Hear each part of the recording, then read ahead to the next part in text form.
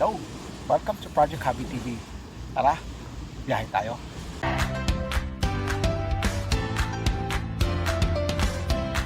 Like and subscribe.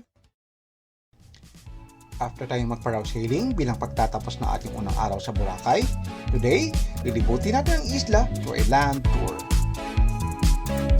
Sa halagang 2,000 to 2,500, makakapaglibot ka na ng isla with your own electric tricycle and a tour guide for 3 hours. Bagay na bagay ito para sa biyaheng barkada dahil mahati ang gastos.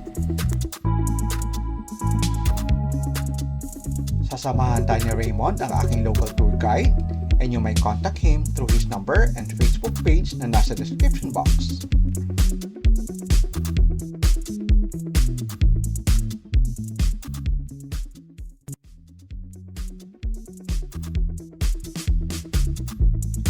Our first destination, Bulabog Beach, which is a few minutes ride from the Mall de Boracay sa Station 2.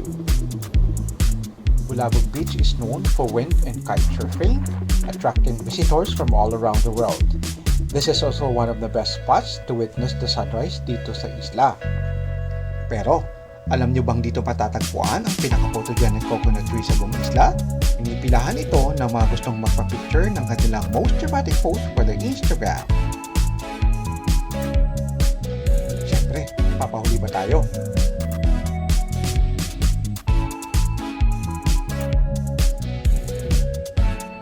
Sunod naman nating puntahan ang Diniwid Beach na nasa northernmost tip ng White Beach.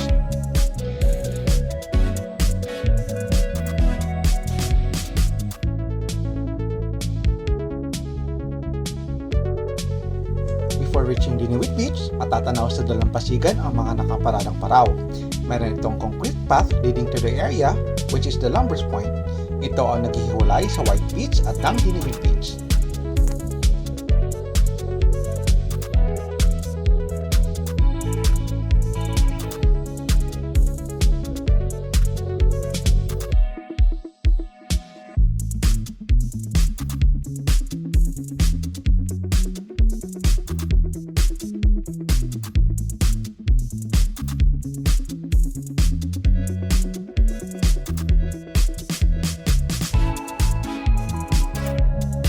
Sa mga gustong mag-crystal kayak for your Instagram, this is the place to be.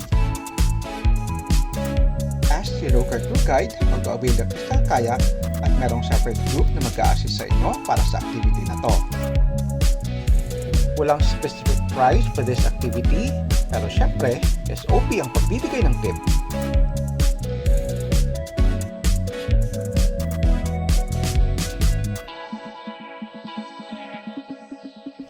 Konting photo op lang at tapos na tayo sa Diniwid Beach. Pero kapansin-pansin ang green algae sa isang bahagi ng Diniwid Beach, different from what's in the White Beach. Sinasabi nila itong lumot po is kadiri po sa Boracay. Is normally po to yearly. Ito po is been going to summer, lagi po lumalabas ito sa Boracay. Ito yung sekreto ng Boracay for purity. Pag natayo po ito is magiging buhangin, magiputi siya in a week pag naarawan. Di po ito nakakasira ng Boracay. Ito is nakakabuti ng Boracay. Example, ito yung maputi. Ito yung within a week ito po siya. Nagpuputi. Yan, tignan niyo po. Hindi po siya green talaga. Alright, salamat. Yan ang dahilan kung bakit maputi ang buhangin sa Boracay. Dati, green yan eh. Yung terraces na yan, green yan dati. Yung una ko punta dito, 1999.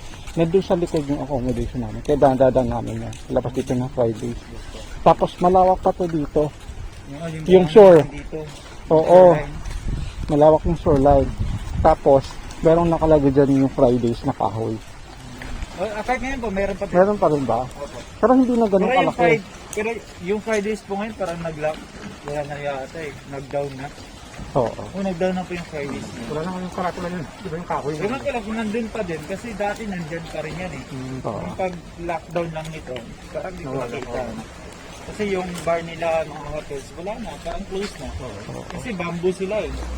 Parang lipa hat. Oo. Yun po sila. From Diniwid Beach, we're off to the Keyhole. It was originally called Lapos-Lapos, ay hiligay noon kinalay our Akyanan word na ibig sabihin ay through and through. ito ay isang pier catering to barges transporting heavy equipment and construction materials to the island. Unfortunately, nasira ito ng Bagyong Ursula, pero kalaunan, naging tourist attraction after ma-acquire ng private company ang lugar. Since this is a private property, you need to log in before you are permitted to visit the site. Good thing for me, merong access sa online form ang aking tour guide that allowed me to fill out the form bago pa makarating ng property. You may ask your tour guide if he has the same access as well.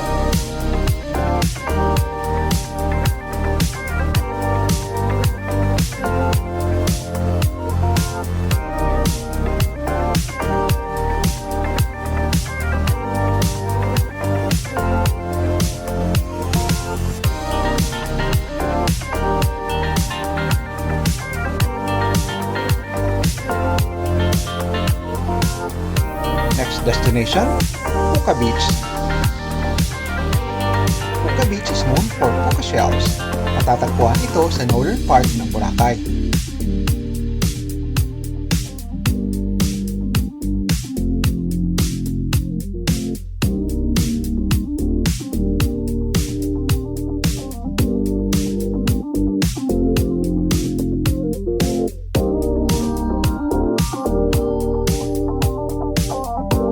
It's nice that Puka Beach was spared from further development at napanatili nito ang kanyang pristine water and tranquility.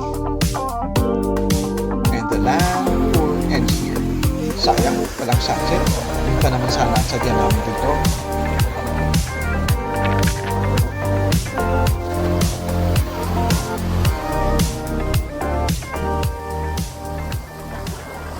Next is Lamon Time. Siyempre, sino ba naman ang hindi gugutumin sa biyahe, di ba? Kahit pagka mahal-mahal ng lobster at 2,500 per kilo, sabi nila, self-love. So, pagbigyan din ang sarili kahit once in a while.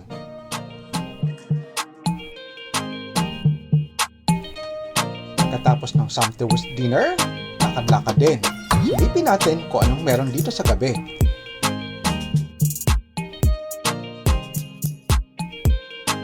Pero, di na ganun ka-party place ang Boracay unlike dati. It's now becoming a family-oriented destination.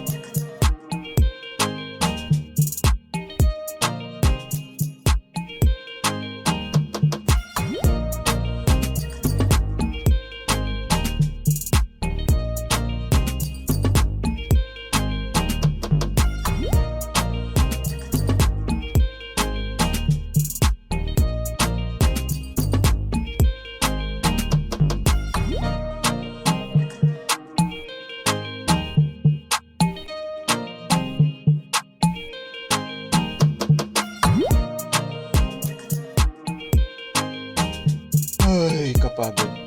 Pero enjoy. So, let's end it here. Dahil bukas, panibagong adventure. Abangan ang part 3. Pero bago tayo magtapos, don't forget to subscribe, hit the notification bell, and smash that thumbs up button. Maraming salamat sa panonood. Till next time, dito lang sa Project Hobby, your hobby TV. Bye-bye!